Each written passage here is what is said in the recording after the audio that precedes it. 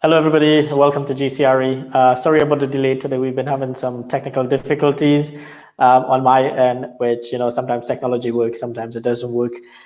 Today, we have the benefit of speaking with Stace Casaria. I hope I pronounced that right, from Trust Deep Agency. And today, we're going to be talking about how to position your investment strategically with branding. So without further ado, let's just add Stace to the call. Stace, hi, how are you this morning? I'm great. How are you doing? I am doing absolutely fantastic. Apart from the little technical error we had this morning, but it seems to be working really well now. So, as they would say, the show carries on, right? That's right. You got to move on. Got to keep going. Yes, I think it's probably because I changed office. I'm in one of my offices in Zurich. So normally I work out to the studio, but today I had some early morning meeting, so I'm here right now. So I'm looking forward to this show. It's quite an interesting topic. It's very different to what we normally have on the show, but the viewers are very excited to hear about this. So I will hand over to you now fully to do your talk, and then I will catch up with you towards the end of it again. Sure. Fantastic. Thank you. Yeah, I'm excited too. I've been thinking about this for quite some time, the topic that we're going to talk about here today, which is how to position your investment strategically with branding. But before we dive into that, I wanted to ask everybody who's watching a simple question. Think about a favorite brand of yours and the loyalty that you have to that brand. What are the factors that go into helping you to choose that brand time and time again? What are the things that make you come back to that brand and always select it over other competitors? Now, I don't know what brand you're thinking of, but I can tell you with absolute certainty that you chose that brand or you continue to choose it because that brand generates a feeling for you. And I can't tell you what that feeling is. It could be happiness or pride or a feeling of calm or trust, but I know you're choosing that brand based on feeling. And I'll explain why in a minute. But before we get to that, let's now think about an investment that you made recently. It could be a piece of real estate, could be a different asset class, it could be cryptocurrency, whatever it is. Think about an investment that you made and then ask yourself, why did you choose it? That why did you choose it specifically? Like you want to invest in real estate, but you chose a specific real estate deal to invest in. Why did you choose that?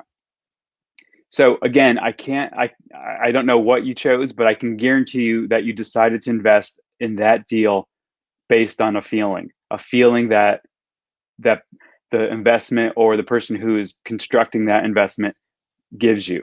You didn't make a decision based on data. You didn't make a decision based on projected returns. You certainly didn't make a decision based on the details of the deal. The reason I know this is that our brains can't make decisions that way. It simply doesn't work that way. The part of our brain where decisions are made is also the part of our brain where our emotions are kept. It's the limbic system, the emotional center of our brains. And that part of our brain cannot react to words or facts and figures, much less numbers.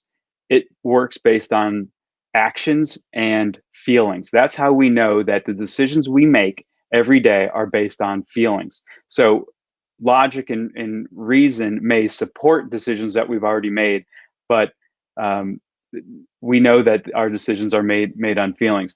But why are we talking about this, right? You might say to yourself, why is this branding expert talking about feelings? Well, it's because understanding how decisions are made and understanding where they're made in our brain is critical to understanding how to connect more deeply with your customers or your potential investors. It's also critical to position your investment to these investors. So when you understand the way that people think and the way that we make decisions, and this is based on science, it's not my opinion. When you understand the way that people make decisions, you're able to make better connections with people. And when you're able to make better connections, you're able to form brand loyalty. And we talked about brand loyalty with that question at the beginning of the episode. So marketers like me create brands to help businesses communicate their value in ways that generate a feeling or the right perception in the minds of consumers. A lot of times we talk about touching the hearts of consumers, but it's actually the minds. That's where the decisions are made. So branding is what I do, and branding is the expertise that I offer today. You might be asking, what is branding? A lot of people think that branding is nothing more than a logo or the name of your company, or if you say, hey, I've got a website, so therefore I have a brand. You should be thinking of branding as a set of actions that give your business the ability to differentiate itself in a unique way. You have to be able to demonstrate the real value that you can reliably deliver. And that has to go beyond your product or service or the details of your product or service. There has to be something deeper in order for customers to choose you time and time again. So that phrase, unique value, keep that in mind because that's going to come back throughout this conversation. The value that branding gives a business is an ability to focus. It allows you to define your core mission, focus your messaging, understand who your ideal customer is. It also allows you to differentiate yourself through your image and your substance. So we talked about logo before. Logo is certainly one part of your brand. It's an outward expression of your brand, but your image is also it's the logo, it's your color palette, it's the type of photography you use in your marketing. But it has to be backed by substance, and the substance of your brand is the messaging that you put out on your messaging platforms. But it's also your mission, your values, the core principles that guide you. When you have those core principles established, you're able to develop a consistency of message and a consistency of effort. So the brands that have established a core value or a set of core values have a roadmap to guide them through every decision that they have to make, every challenge that comes their way. That's one of the values of branding. And the thing we started talking about at the beginning was loyalty. When you establish a brand or when you go through the process of branding, you're able to have your business stand for something. Standing for something means that you have meaning to consumers or your customers. That helps us generate loyalty. So we can't be loyal to companies or products that don't have meaning to us. It just doesn't work that way. So you choose the same product again and again because that brand has meaning to you. So whether that's you prefer Apple products or you like Nike shoes or whatever that brand is that you were thinking of, Starbucks coffee, for instance, that brand has meaning to you. The brand can create loyalty within you. And something else that is a result of loyalty is brand equity. Brand equity is the value that brand gives to your business. So that's above and beyond revenue that you generate, above and beyond the intellectual property that you have, above and beyond the value of your infrastructure. Brand creates real value. So let's get back to the main topic here of what does it mean to position your investment strategically with branding? So if you're in business right now, at the moment, even without understanding the process of branding, you're likely already applying branding to your service or your investment. How? Well, you probably don't approach people and say, I have a real estate investment, please invest with me. There's more to your offering than that. There are some details that you're offering or a feeling that you're giving people. In some informal way, you are branding it when you describe your investment, whether you talk about, we offer conservative underwriting, or you might say, we invest in value add apartments, or you might say that, we focus on housing for affluent professionals. In some way, you're branding the type of investment based on investor preference or a mission you have, or maybe a particular skill set that your company has. You're giving your investment a light framework, but you're not getting the full advantage you could be with a more formal branding construct. Like, think of it this way. Imagine a few children on a field somewhere kicking a ball around. They might be having fun, they might be, getting some exercise, but they're not really playing in a formal way. If a coach were to work with these children and put them on teams and develop skills and get the kids to work together, they're now working strategically, and they can actually play a game and achieve an outcome. The same way with branding. To position your investment strategically in branding needs to give your investment a framework, to give it some rules, to give it a path to move forward, to get more out of the efforts that you put into it. Branding is a way for you to describe the benefits of working with you in an articulate way. By creating a brand around your investment, you're able to give meaning to your investment. And the results there are the benefits we mentioned earlier: consistency, focus, differentiation, clarity, and this one's important, increased demand. Strategic brand positioning gives you the ability to offer terms that are more favorable to you. So if we think about products on a store shelf, the product that has a lot of demand is able to charge more. That company generates more profit. If a product has lower demand, the less profit that company is going to be able to generate, the less of it you get to keep when we think about investments or offering an investment product. The more demand you create, the more investors who are coming to you, the better the terms you can offer for yourself. The lower demand you have for an investment product, the better terms you're going to have to offer for your investors, meaning you will get less of that. So how do you do this? How do you go about positioning your brand in a strategic way to help you generate more revenue or gain clarity or differentiate yourself? The first thing you need to do is you need to understand what makes this investment different from every other investment that's out there. People have so many choices, whether it's real estate or any other asset class. People have a number of choices, and you have to understand what makes your investment special. How will it stand out to people? How will you generate awareness? How will you get people to understand the value that you're offering? You have to think beyond the details and the numbers of your investment. Again, as humans, we can't make decisions based on numbers. We have to make decisions based on our feelings. It's just there's no other way it works. I mean, that's just the science. The part of our brain that where decisions are made cannot interpret words, can't interpret numbers. It can interpret actions, and it can interpret feelings. The limbic system, that's where our brain, that's where our decisions and our emotions happen inside of our brains. So you might be saying, so what does this have to do with strategic branding? We're talking about where decisions are made in our brains. It's because the feeling that your marketing generates is what inspires people to invest with you. So even if you haven't gone through a formal branding process, you may understand that. And so you may be creating some messaging, some marketing for your investment. And you may say, well, how do we want people to feel about our investment? And if you say confidence, well, that's a good starting spot. But I guarantee you, every other investment option out there, that's the emotion they're starting with too. They want people to have confidence in their investment. So you're going to need to stand out in some way above and beyond that.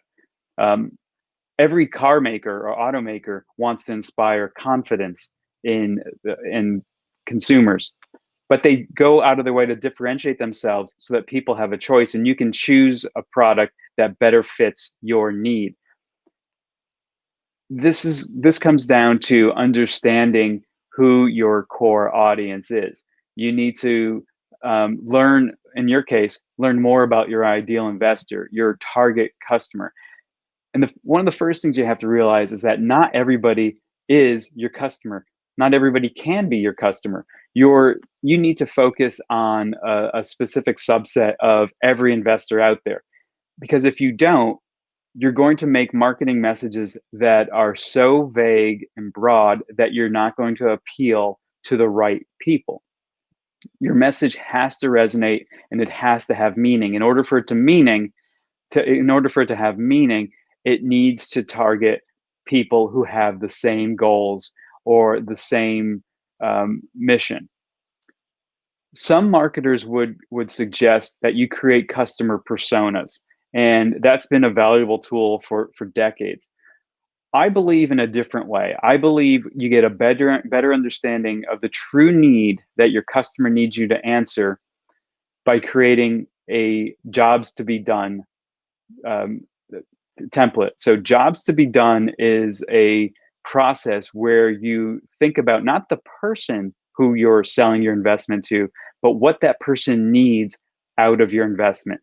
Jobs to be done is incredibly helpful in narrowing down the value and the specific differentiation of your product.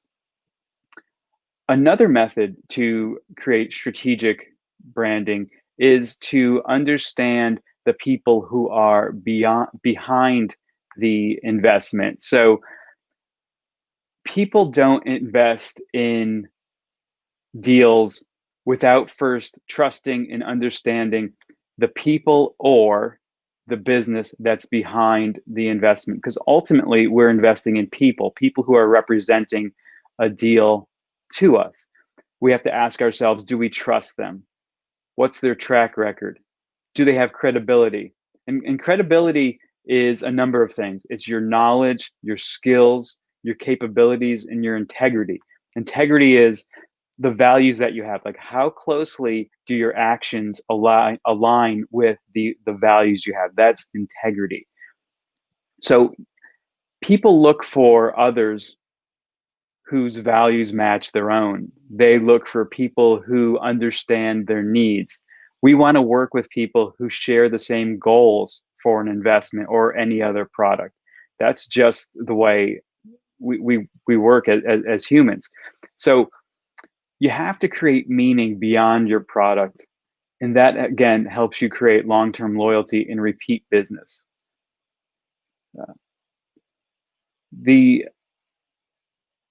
thing about knowing your customer is when you know who they are and when you have a good understanding of them, you're best positioned to answer that need. And this is critical. People have lots of choices. So how well do your goals or the goals of the people who run your company, how well do they align with the people that you're hoping to attract? If they don't align well, then investors are going to find someone else to invest with. Again, they have so many options and so many choices that they don't have to select. They don't have to select you unless you have some sort of differentiation or special sauce that appeals to them. So I hope you've enjoyed listening, and if you have questions, you can reach out to us on our website, which is trustdeepagency.com. We invite your questions, and if you believe that people are making decisions based on logic and reason, I would love to have a conversation, and I would love for you to try and convince me otherwise, but I've got science on my side and 2 decades of experience doing this. Well, thank you very much for that entertaining sort of 15, 20 minutes on branding, Stace. Like every other show, I always have questions or I always make pointers that I like to speak to people about. So first of all, let me congratulate you on your first show with us. I was very informative, but it's really funny, often sometimes in business, we know so many things, yet for some reason, we never seem to do what we know. And it's always one of those things, sometimes it takes somebody to come in and tell us from outside to be able to make it really stand out for us. And I've been making notes here. So, one of the first things that you said that really hit home was our brain tends to play an integral part of decisions that we make when doing our branding. And, a lot of people kind of challenge it and say it's more of an emotional thing that you have to look at it with. So there's always that struggle. So you're talking about the brain plays something because the brain is more logical. And then you have people that say emotional. Where do you stand on that? So I agree. I would say I come down the middle. So the brain is where decisions are made, but the brain makes decisions based on emotions. So the part of our brain where our decisions are made, it's the oldest part of our brain and goes back to when we lived in caves, thousands and thousands of years ago, and before language existed. we made decisions based on emotions, whether we were looking for safety or security or food, or we had to trust people to work with us. Even before language existed, we were making decisions, and it happens in this part of the brain called the limbic system. So Yeah. our decisions are made in the brain, but they're based on emotions. Yes. Well, certainly, especially in today's market, commercial real estate, it's funny that we do not show about branding in commercial real estate, because it's like non-existent. People throw up a building and they put it on the market and they say this is all the features of it and the benefits, and there's not so much a branding that's really involved. So I'm really enjoying the show today with you. The other point that you mentioned was we understanding how we connect the brain and the emotion is the key to making a better decision on branding, which we kind of just literally covered. The next point was branding is far more than just a logo or website. That is key. I mean, a lot of people tend to study this when they do like a marketing degree or a business degree, but yet we all make the mistake. The first thing when we start up a company is like, ooh, what is our logo going to be? What is our website going to look like? I'm sitting across right now from somebody who builds websites and does a lot of branding here in Switzerland, and I'm sure if I ask her on the show, she would say the first thing would be, a logo or what the website would be like, the colors and stuff. But I think branding is definitely something that you said is more about the mission, it's more about who you are, the team and everything. What does the company stand for, the core values? I know when we first spoke, I told you GCRE core values was like integrity, honesty, openness, trust, and stuff like that. What we stood for, not the ivory tower guys, but the people who are on the ground like you, who do the job and know very well what it is. So, I think that was a really valid point that you made. Hands down, I appreciate that. Really, really good point. The next thing that I have is branding is all about matching the external and the internal part of your company, which is quite fascinating. I've never heard it put like that before. Again, branding is one of these things that people think, oh yeah, it's a logo, and it has nothing to do with the internal aspects of the company. So if you could elaborate a little more on that for me, that would be really good. Like, how would one connect the external to the internal part of it? Sure, absolutely. That's a great question, and it is something I find that people they're not clear on. So it's a topic that marketers like me can do a better job of explaining to people. But to connect the external functions of your company, they have to be based on something, right? So you start a company or you start a business and you say, hey, I'm going to offer this product or this service. That has to be based on something. It has to be based on a mission or a purpose that you have. The way you're going to fulfill that service has to be based on values that you have. I mean, if you don't have a consistent set of values, I'm not sure how you're going out into business every day. So there are personal brands and then there are business brands. If you're That's a correct. personal brand, if you're the face of your business, well then those values and that mission probably comes directly from you.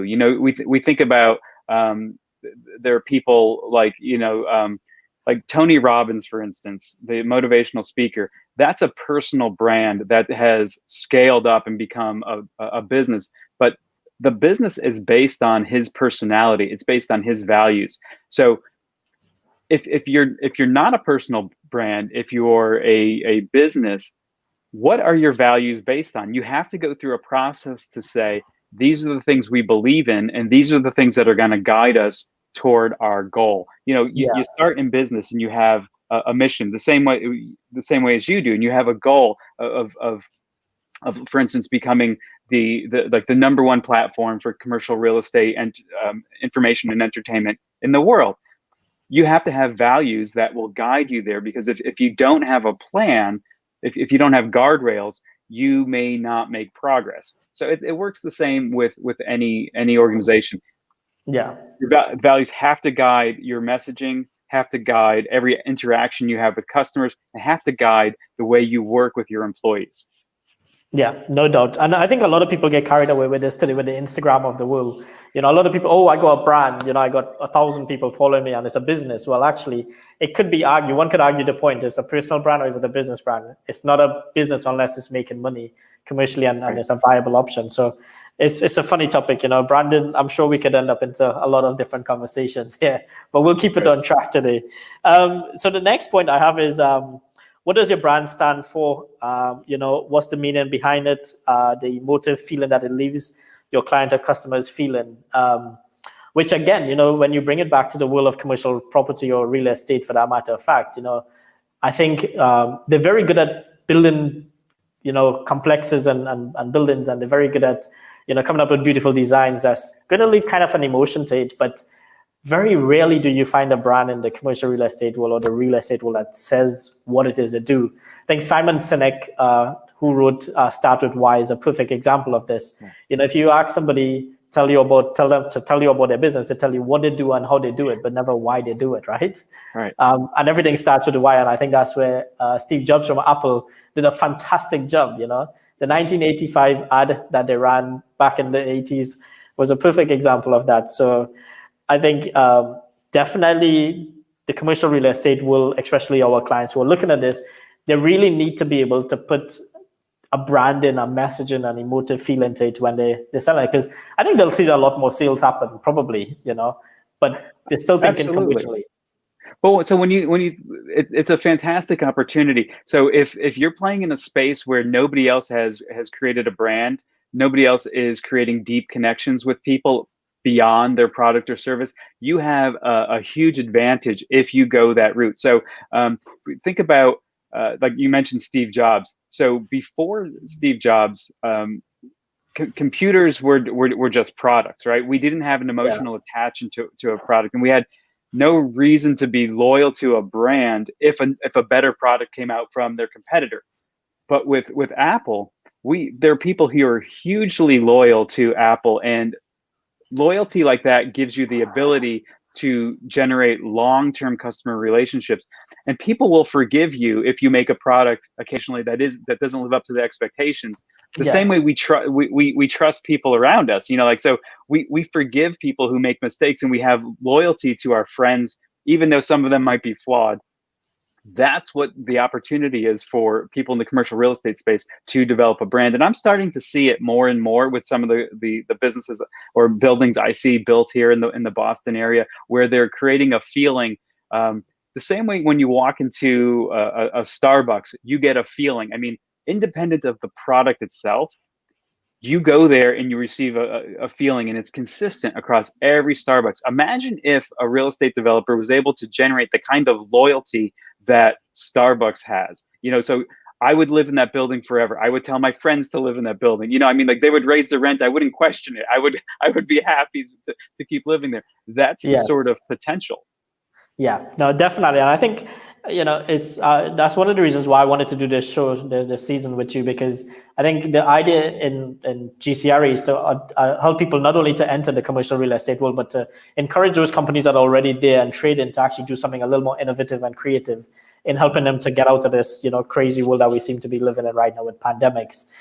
Even though I think there's a pandemic happening, I still think, there's a lot of scope. And talk about really good branding there for you. They branded this as a pandemic. If that isn't a good job of branding, I don't know what is. But this is a TV show about real estate. We wouldn't get into the COVID side of it.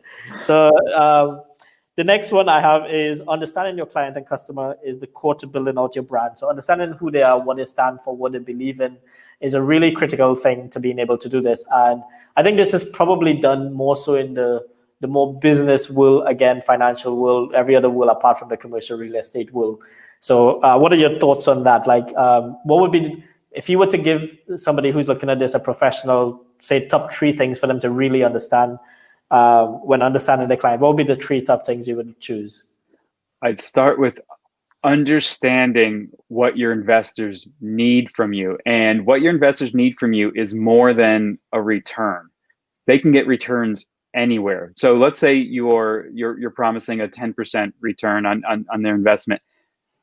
You have to understand what they need beyond that, because we all have things that we need, whether it's comfort or safety or security or trust or whatever those things are, because there's somebody else who's offering a higher return than you are right now. If you're building your business based on the return, you're not going to, there's always going to be a competitor who does it Yeah. better than you or offers something a little bit better. So understanding their need is the first thing I would recommend. There's this equation we use at our branding agency about how to develop trust. And it has 4 components. And I don't want to go into them now. It would take a lot of time. But one of them is empathy. Your brand needs to be able to generate empathy. And that's your ability to show people that you have human characteristics and that you care about them. It's your ability to relate to them. Empathy is the second thing I would talk about. And the third thing when talking about understanding customers is understanding how well their goals for a project or a product or an investment align with mine. Once we have goals in common, I can generate meaning to you. Like my brand means something to you, and meaning is what creates repeat business, long-term loyalty. Yes. Yeah, I think that's very well said, and it kind of brings me to my last point. People do invest overall in a project. They invest in the people. They want to know who that person is, who the founders are, what they stand for, what their background is. It doesn't always have to be sometimes, the success of doing something in the commercial real estate. It has more to do with a personal thing. And I think most companies, not just in the commercial real estate world or real estate, but more so in the general business world, is people focus on kind of trying to know more about the product rather than the actual people behind it. And if we focus more on the people, we'll get a better idea and be able to make more sound judgments when it comes to making decisions on investments, for sure, without a doubt. And I think it kind of relates that same thing back into the how I should say, the commercial real estate. Well, I know I have an apartment in Austin, Texas, and I'm not going to call names because this would be really bad. But they're a very, very big brand, one of the big brands in the US. When I say brand, I mean a name. But they don't really care about their people. And I think, when we try to get hold of them to complain about anything, it's always a nightmare. So I think, that's a brand that I would never support or even take an apartment from again, because the leadership team in it really doesn't work very well. And I think for me, that bothers me because, a brand is not just about the product, but it's also about the people and making sure that they care about you, as you said earlier.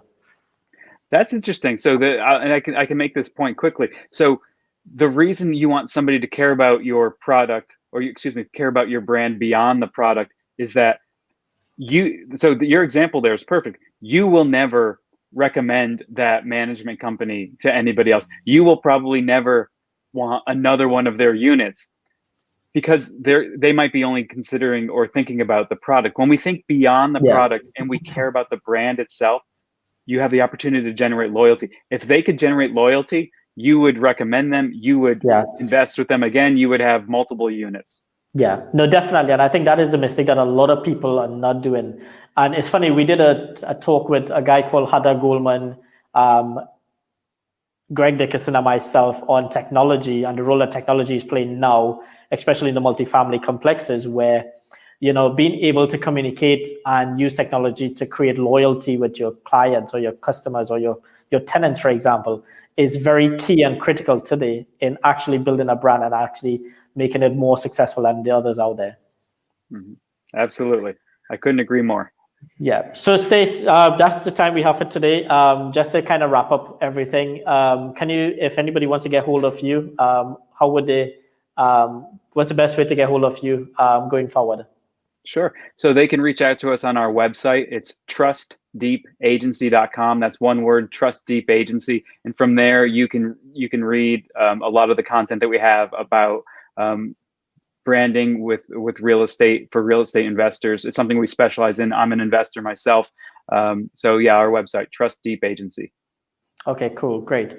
Well, Stace, it was nice to speak to you. I hope you have an enjoyable day, and I will catch you a little bit after this on the other side. So thank you again for coming on the show. We look forward to doing a show next week again with you. I look forward to what the topic is going to be. Should be very exciting stuff, but thanks for opening up this opportunity.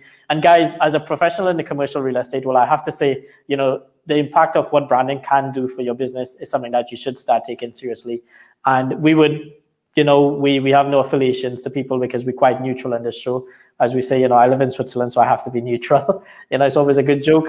But I would strongly recommend giving Stace a call and touching base with him, and he'd be more than happy to speak to you and kind of do analysis on where your brand is and how we can make it better for you going forward. So, guys, that's all the time we have for now, but I will speak to you all soon, and I look forward to joining you on the next show. Take care. All right.